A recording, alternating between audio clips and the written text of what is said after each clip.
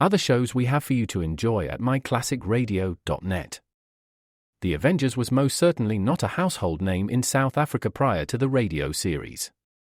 With no national television service until 1976, the mechanism simply was not present in the country to show television programs to mass audiences. While many other countries reveled in the filmed adventures of John Steed and company, South Africa was not equipped to join in the fun. The series took Britain by storm and made a major impression in the American markets, being that greatest of rarities, a British series given a network transmission slot. However, as a filmed series, rather than a videotaped one, The Avengers was able to gain a modicum of exposure in South Africa through film rentals. Come and listen at myclassicradio.net.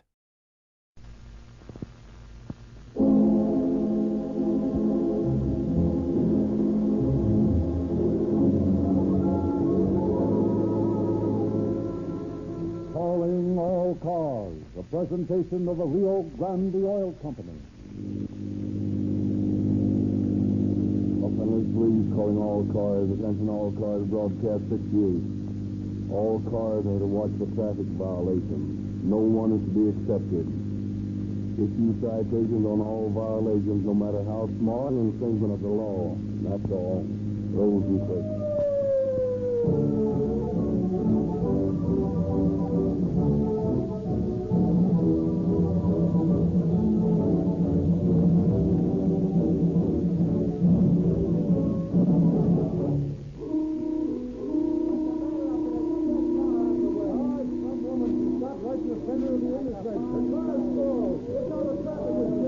Here comes the police car, thank heaven. What's the matter here, lady? Get this car going. Well, I can't. I'm so nervous. Well, steer to the curb. We'll push you over. Jim, drive against this bumper. Give us a shove.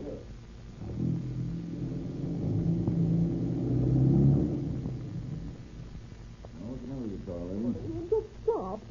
I just pulled out from the curb, and then the engine stopped. I started again, and it stopped right in all that traffic. Why, the car's all right, lady. It's just the gasoline you're using. You didn't leave out the choke long enough. Yeah, that's it, lady. Now, don't cry. You just get some good cracked gasoline in this bus, and it won't stall on you anymore. What kind of gasoline? Did you say crack? Yeah, cracked. You know, that Rio Grande cracked gasoline. Sure, lady, the gasoline we use in police cars. You've seen it advertised. Rio Grande Crack, the gasoline that gives police car performance. Oh, yes. Will that make my car stop stalling? Now, listen, lady, it's dangerous to use a gasoline that stalls. You just caused a traffic jam, but your car might stall at the wrong place sometime and cause an accident. For safety's sake, you ought to use that Rio Grande cracked gasoline. Thanks, officer. I'll remember. The same gasoline the police cars use. Rio Grande Crack. National attention is focused this month on Los Angeles and the wide, sweeping safety campaign inaugurated by Chief of Police James E. Davis and backed 100% by municipal judges. Calling All Cars is happy tonight to offer its contribution to the campaign to end traffic murders. Chief Davis is unable to be here, but he has sent as his representative Captain Horrell, head of the Speed Squad, who will speak for him. Captain Horrell. In this busy age of rapid transportation of city streets and highways crowded with high-powered vehicles, the saving of life, limb, and property in traffic is perhaps the most important function of your police department. The police, whose primary duty it is to preserve peace in the community and protect citizens and their property from the criminal, are faced with an increasingly difficult problem of traffic control. The police alone cannot save lives in traffic. They must have the constant cooperation of the driving and pedestrian public itself. The paramount to this is the conscientious, unrelenting cooperation of those judges whose responsibility it is to punish traffic law violators arrested by the police. Without their cooperation, it matters not how effectively peace officers enforce the traffic laws. This program is dedicated to the fine work being done in traffic courts by municipal judges Edward R. Brand and Leroy Dawson. During the past 33 days, these judges, operating conjointly with the police, have prosecuted a vigorous campaign against traffic deaths, with the result that such traffic deaths have been reduced 25% over the preceding 31 days record. It is my pleasure to be able to present to you tonight Judges Brand and Dawson, who will tell you how important it is to save a life. Judge Brand. Judges of the traffic court have been threatened with political homicide. We are told that we are making 1,000 enemies a day, and all because in handling up to 1,000 traffic violators a day, we see fit to do our duty. It is my privilege to serve notice here and now to those who are resentful of the fact that they are receiving their just due in court, that I am going to continue imposing jail sentences and fines upon those who are endangering the lives of the men, women, and children of this city through recklessness on the public highways. We are going to continue the judicial drive for public safety, whether it means our death through political reprisal or not. For a judge to do less would be shirking his duty. It would be violating his oath of office. I wonder, does the public have a faint idea of the harm resulting from accidents on the highway, due mostly to recklessness? Does it know that in the last 5 years there have been 225,000 persons killed or injured in the state of California alone by vehicles? Does the public know that in the last year as many people were killed by such mishaps in California and in the United States as were killed in the entire American Expeditionary Forces in France during the World War? That 5 times as many were injured as were wounded in the World War? For that reason, Judge Dawson and I have declared war on reckless drivers and reckless pedestrians. Whether it is at the wheel or on foot, recklessness must be eliminated. Caution must prevail. We are facing a crisis. The death toll among our children is mounted. To counteract this, we judges are compelled to bring the lesson of caution home to the public. And we can do this only by setting an example for those traffic violators who are brought before us. We are going to be unsparing with motorists who laugh at the law and public safety. We are going to be equally unsparing with pedestrians who enter the highways with the thought that it is entirely up to the drivers to look out for them. The duty is incumbent upon the driver and pedestrian alike to exercise care and caution. Carelessness and recklessness must be stamped out. Accidents must be reduced. The streets must be made safe. To this end, we have declared war. And regardless of threats or attempts at political influence, the battle will be carried on, without clemency or armistice, until a complete victory is attained. Now get this, citizens of the West. There is no excuse for you not to be familiar with the California Vehicle Act and its provisions. There's nothing mysterious about it. It's couched in language that any school child can understand. If you want to read it, I'll be pleased to send you a copy free. Just address the card to me, Judge Edward R. Brand, in care of the Hall of Justice, Los Angeles. Ignorance of the law is no excuse. And until I receive your request for a copy of the Vehicle Act, just remember the admonition of the ancient law, the commandment, thou shalt not kill.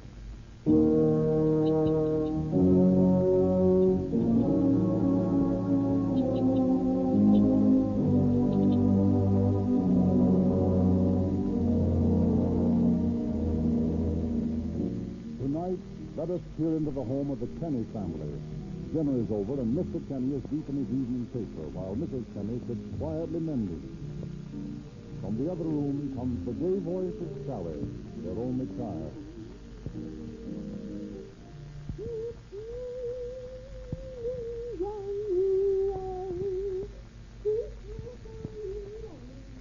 What's the reason for all this gaiety in town, Sarah? Sally's made up to Bobby and he's coming around tonight. She's terribly in love with Bobby. In love, huh? Sally in love? Why, she's scarcely past her 16th birthday. That young Bobby kid, why, he's still under 20. Love, huh? If you remember back just a few years to the horse and buggy days, and recall young Tom Kennedy at the age of 18 and how he mooned at the gate for Sarah Evans. Yeah. Well, times are different then. No, Tom, no different. Human nature doesn't change in a generation. Only I learned my mistake too late. What do you mean? I held you off for 10 years until you got a start in the world. Well, taken by and large, that was a good idea, Sarah. Look at the results. You have a nice home, good clothes, a new car. You haven't had to worry during this depression. You'll never have to worry. Those 10 years gave me the chance to get my foothold, lay the foundation for all this. I'd willingly have traded it, Tom. Traded? What are you talking about? traded some of the security we have now for that handsome young John Kenny, who grew old laying the foundation on which to get married. Why, Sarah, I'm surprised And at if you. Sally sets her mind on Bobby or any other boy, I'll never stand in her way. Sarah, what are you saying? The idea of thinking such a thing. My daughter must have security when she marries. Why, I'm astonished at you, astonished. Oh, that's Bobby, Mother. I'll answer it. Hello, Bobby. Hiya, Sally. See you look swell tonight. Oh, thanks, Bobby. Come on in. Pop in here with Mother and Daddy for a minute, and I'll get my tea. Okay. Evening, Mrs. Kenny. Hello, Bobby. Evening, Mr. Kenny. Nice weather we're having, isn't it? Yes, I guess the frost is over for the winter. Yes, I guess so. Young man? Yes, sir. Just what are your intentions toward my daughter? Oh, Mother. I beg your pardon, sir? You heard me. What are your intentions toward my daughter? Why, I don't know. I like her a lot. Gosh, I even love her, I guess. You love her. You guess, huh? Did you keep a roof over her head? Well, I hadn't thought about that. Oh, my computer. Oh, you hadn't thought about that. Well, listen here, young man. Before you come around here with any ideas of love, you better find yourself a job that'll pay for the living expenses. Oh, Father, I heard what you said, and I don't think it's any of your business. It's plenty of my business. I've worked hard to bring you up, and I'm going to see to it that when somebody else starts taking care of you, you'll be properly taken care of. Well, I guess I'd better be going. And I'm going with you. Where are you going? I don't know, and I don't care. Harry, I forbid you to leave this house. Why, the impertinent. No, not impertinence, Tom, just conviction. I wish I'd done the same thing when my father talked to you that way 25 years ago. Then we wouldn't have missed so much. What do you mean? Oh, nothing. You'll never know what you miss, Tom, and I can only guess.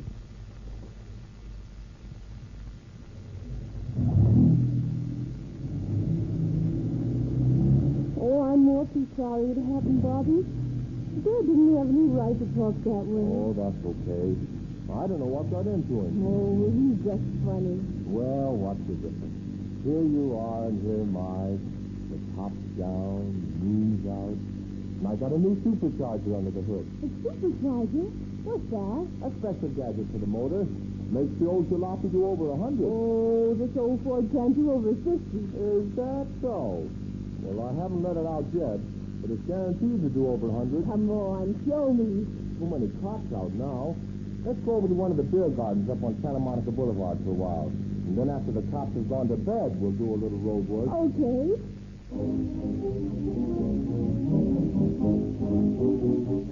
And at about the same time, in a little rear cottage in a modest neighborhood, Harry Brown rises from the dinner table. Son, you haven't finished your dessert. Yeah, I know it, Mother, but I got a rush.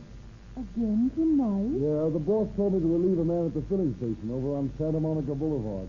But, son, you worked so hard all day. Oh, I know it, Mom, but I can't make enough money that way. I want to do things for you, big things. You're a good boy, Harry. I don't know how we'd ever have gotten through these terrible years since your father died if it wasn't for you. Well, what are sons for if they're not to take care of their mothers? When will you be back? Well, I don't know. I think they close about 12 out there. But I'll get home just as fast as that old bus of mine will bring me. Drive carefully, Harry. Oh, don't worry, Mother. I always do.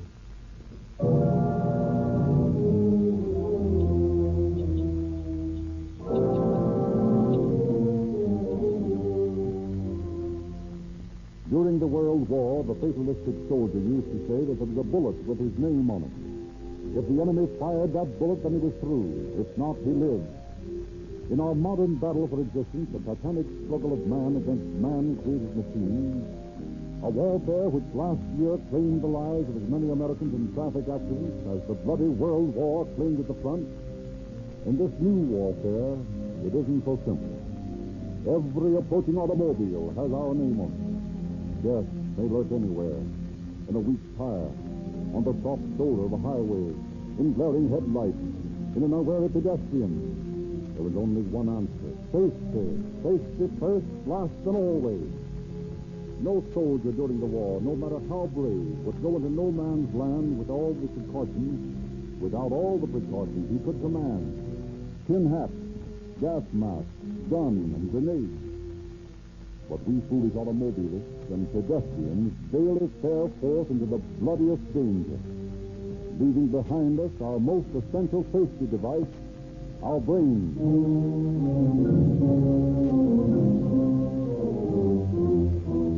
But to return to the protagonist in our story.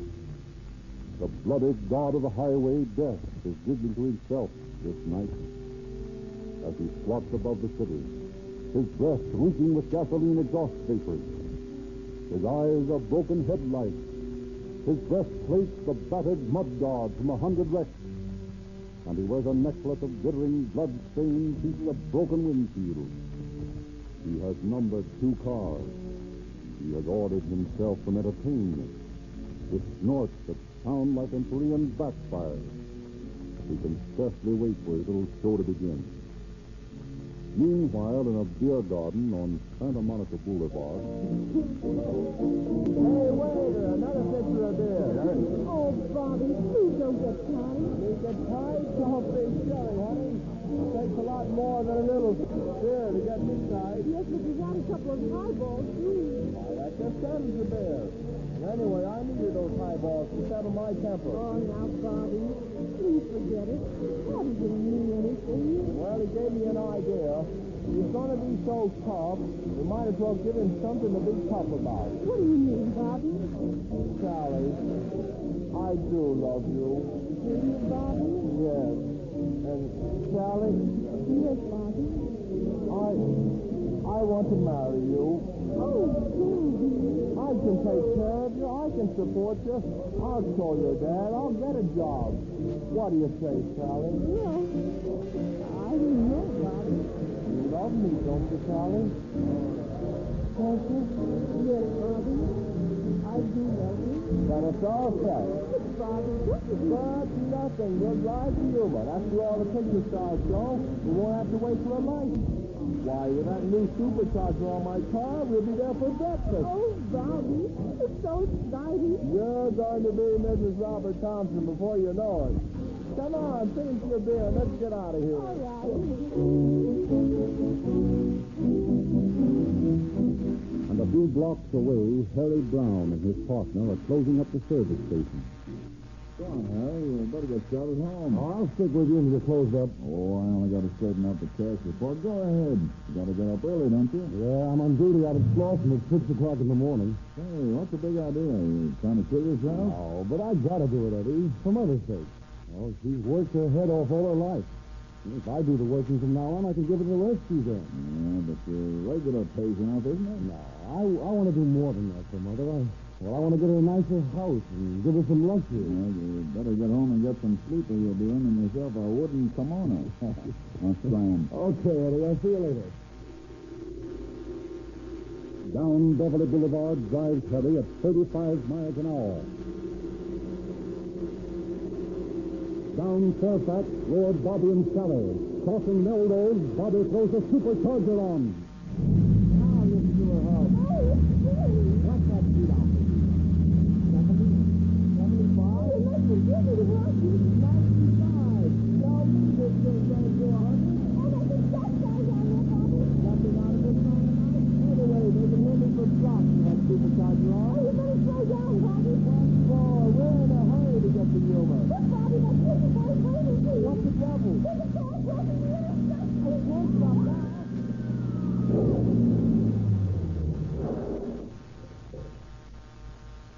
'Oh, Sally, are you all right? Speak to me, darling. Are you all right? Oh, listen. What's the trouble?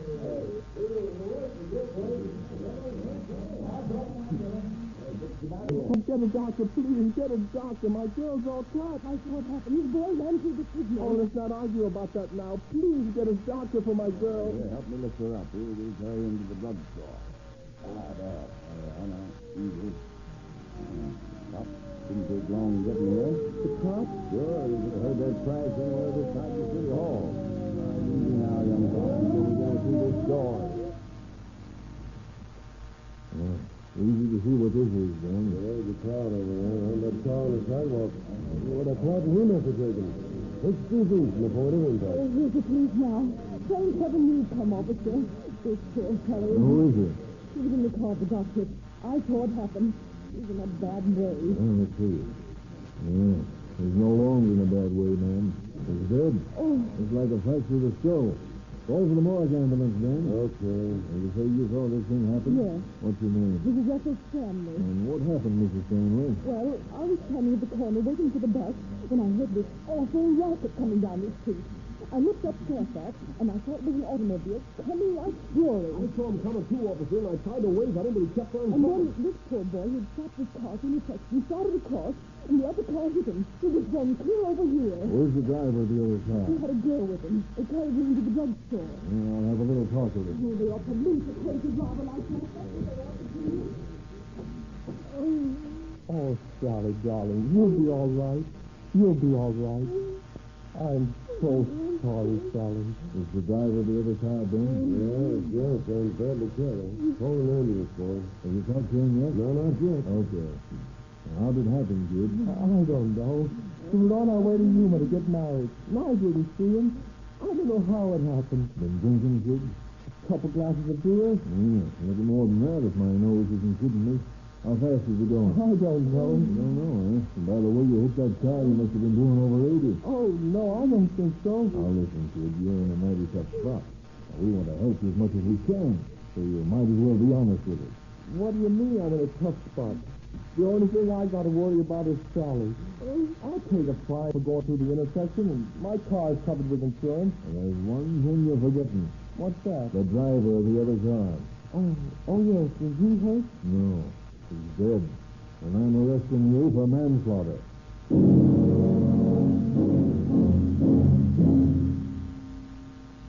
While Sally, desperately injured, lies at death's door in the hospital, Bobby undergoes the ordeal of the coroner's inquest. Is held to answer for manslaughter. Is speedily brought to trial. Patiently, the judge hears the testimony of the various witnesses. Finally, he reaches a decision. Fear and remorse play over the taut face of Bobby as he rises to face his sentence.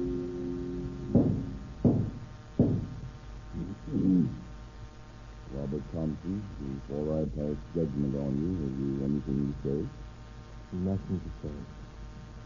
Robert Thompson, I find you guilty of the charge of manslaughter. In passing judgment upon you, I wish to state that this court is convinced that you have learned your lesson, and when you've paid your debts to society, you will never again repeat your offense. But I regret that it is impossible for me to sentence you more severely, not because of any personal rancor or animosity toward you, but as a signal warning to the rest of the potential murderers who are this minute driving their cars through our streets. Those murderers who will today strike down in cold blood 100 people throughout the United States. If we cannot appeal to their common sense, we must make them fear the legal consequences. Robert Thompson, I sentence you to serve not less than 3 or more than 10 years in San Quentin Penitentiary. 10 years in prison? Oh, no. And, yes, I just received word that your companion, Miss Sally Kenny, will recover. Oh, thank God. Thank God. Bandages were removed this morning. I suppose you'd like to say goodbye to her before you leave for the penitentiary? Yes, Judge. I would very much. Then I sentence you to visit her this afternoon. You sentence me?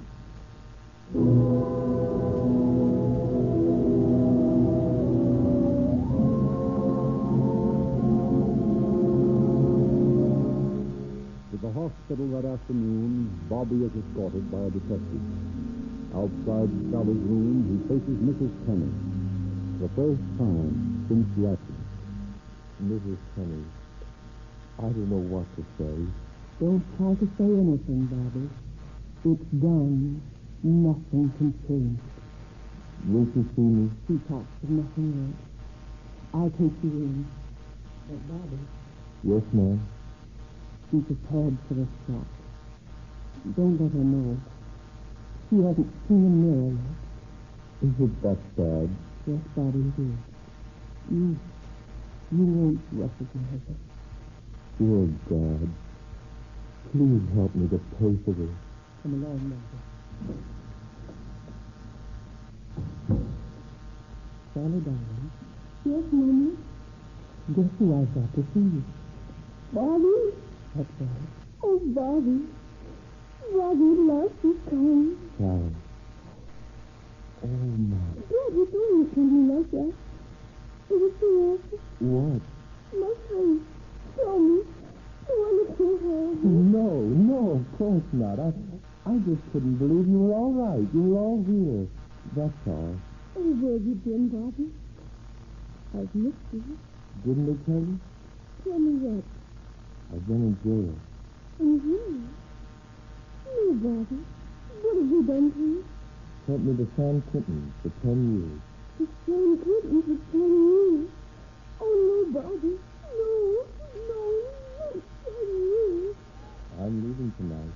Oh, I miss you, Bobby. I'll think of you every minute, Sally. Really? Come along, kid. We've got a train to catch. Okay, Lieutenant. Sally, will you wait for me? Wait for you? Yes, Bobby. I will. I'll wait for you forever. Oh, I gotta go now. Goodbye, Sally, darling. Goodbye, Bobby. I'll see Bobby to the elevator, Sally, and be right back. All right, Mommy. Goodbye, Bobby. I'll see you later, Sally.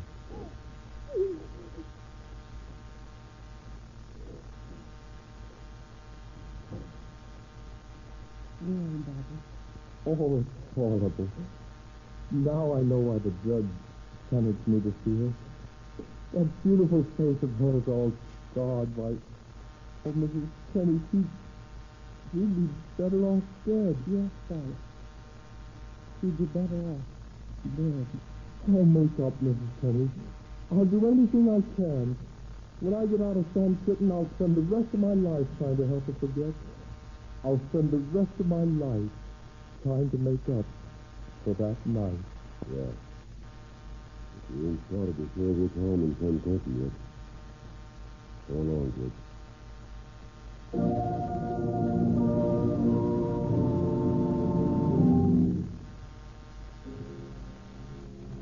But can Bobby Thompson's kindness and tenderness to that poor girl ever make up for her scarred and mutilated beauty?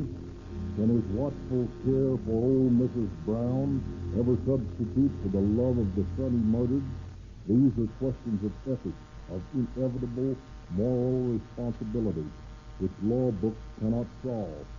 The answer lies with the source of the trouble, with the citizen who drives an automobile. He must be made to realize his responsibility.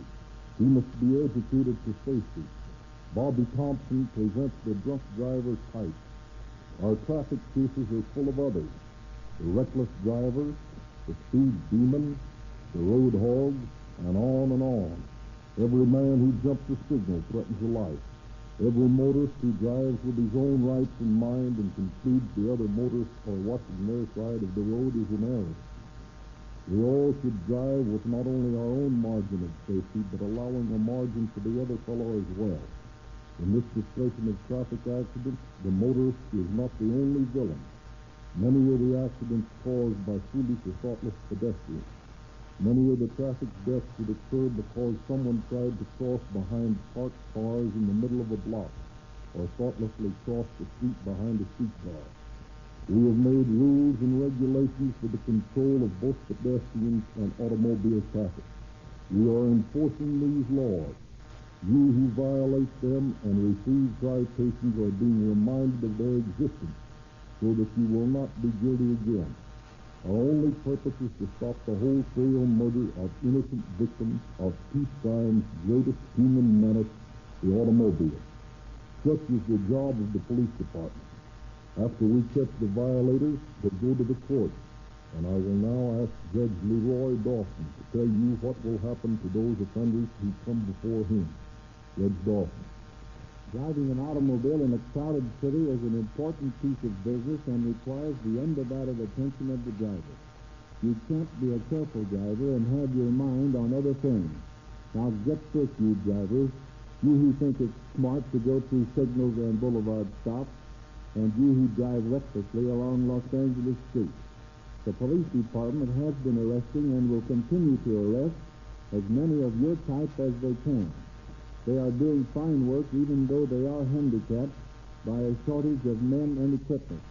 And Judge Brand and I are backing up their efforts by insisting that you either change your driving habits or else the means of driving will be taken from you. You yourself will either go to jail for as long as the law gives us a right to send you, or your automobile will be taken out of circulation. One of you must go. Separated, neither of you can harm any other person on the highway. The considerate and attentive driver need have no fear. But as for you reckless, careless, and drunk drivers, watch out. The speed squad will make every effort to apprehend you before you add other victims to the terrible traffic toll recorded to date.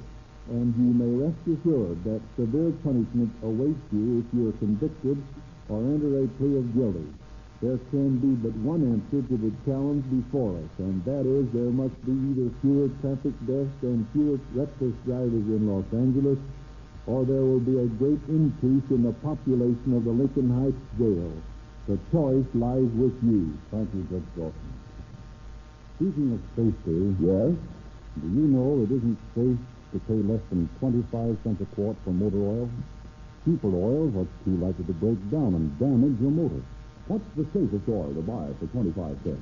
There's only one 25-cent oil that's really world famous. Sinclair Opaline motor oil.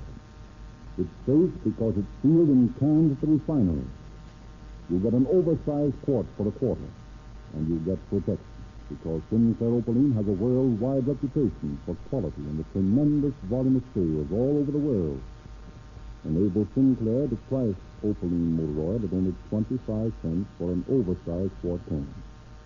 Opaline gives you more miles of safe lubrication than many higher-priced oils. It's an unusual value. Who sells Sinclair motor oil? You can get an oversized quart of Sinclair Opaline motor oil for a quarter at any Rio Grande service station.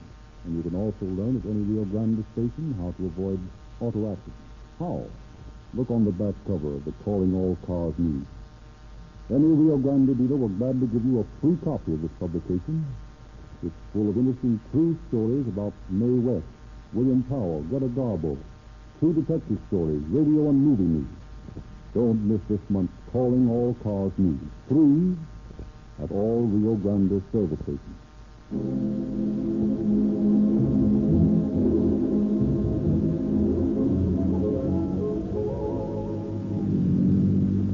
Police calling all cars, attention all cars, broadcast 68, regarding the issuing of citations of traffic violators.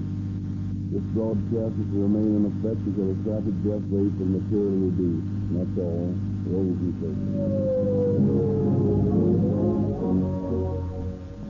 This is your narrator, Frederick Lindsley, saying good night for the Rio Grande Oil Company.